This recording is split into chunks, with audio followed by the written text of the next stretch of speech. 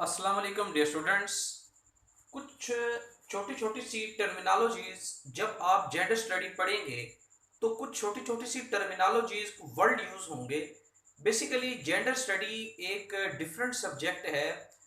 ये सब्जेक्ट आपने कभी अपने एकेडमिक डिसिप्लिन में आपने कभी नहीं पढ़ा होगा। ठीक है ना, आपने physics, bio, chemistry, math, economics, science, arts, different subjects आपने पढ़े हैं, लेकिन आपने जेंडर स्टडी कभी नहीं पढ़ा होगा। ठीक है, तो इसलिए चूंकि आपके लिए एक न्यू फील्ड है, एक न्यू डिसिप्लिन है, तो जेंडर स्टडी में कुछ डिफरेंट छोटी सी टर्मिनोलॉजीज छोटी छोटी इस्तेमाल होती हैं।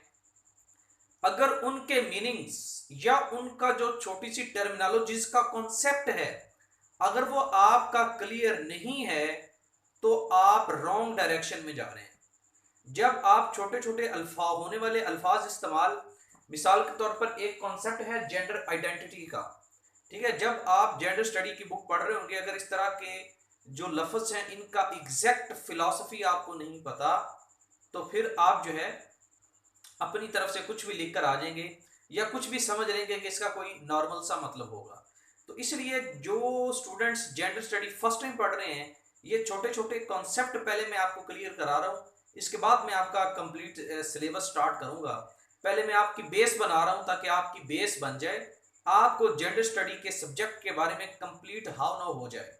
उसके बाद हम सिलेबस स्टार्ट करेंगे। ठीक है, तो आए हम देखते हैं व्हाट इज जेंडर आइडेंटिटी। ये एक टर्मिनोलॉजी है जो जेंडर स्टडी में इस्तेमाल होती है। इसका मतलब क्या है? सनफी शनाख्त। सनफ क्या होती है? आपकी आपकी मतलब आप सेक्सुअली आपका जो है आपकी कैरेक्टरिस्टिक्स, मतलब आप मेल हैं या फीमेल हैं। ठीक है, आप मैंने सुबह वाले लेक्चर में पढ़ाया था, सेक्स जो है ये आपका क्या है?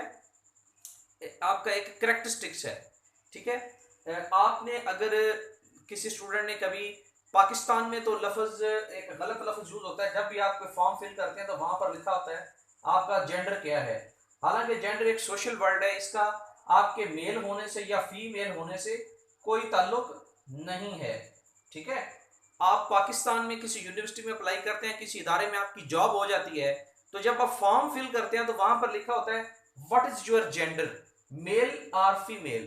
तो वो लफ्ज बिल्कुल गलत लिखा हुआ है, पाकिस्तानियों को इसकी सेंस नहीं है। ठीक है, तो जेंडर का लफ्ज यहां पर इस्तेमाल नहीं होता। अगर आपने इसके लिए जो प्रॉपर लफ्ज इस्तेमाल होता है वो सेक्स का लफ्ज इस्तेमाल होता है, SEX, सेक्स।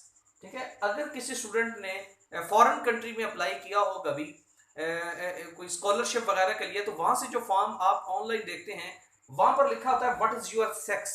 सेक्स का मतलब है बायोलॉजिकल कैरेक्टर्स, आप बायोलॉजिकली मेल हैं या फीमेल हैं। तो जहां पर पूछा जाएगा what is your sex, it's mean are you male या फिर आप फीमेल हैं। ठीक है, तो ये देखें, जब अगर आपने ये नहीं पढ़ा होगा तो आपको जेंडर और सेक्स का डिफरेंस ही पता नहीं होगा। अंडरस्टैंड? तो इस तरह से एक टर्मिनोलॉजी है जेंडर आइडेंटिटी। जेंडर आइडेंटिटी का मतलब ये है कि आपकी जो पर्सनल अपीयरेंस है, ठीक है, वो मेल से है या फीमेल है।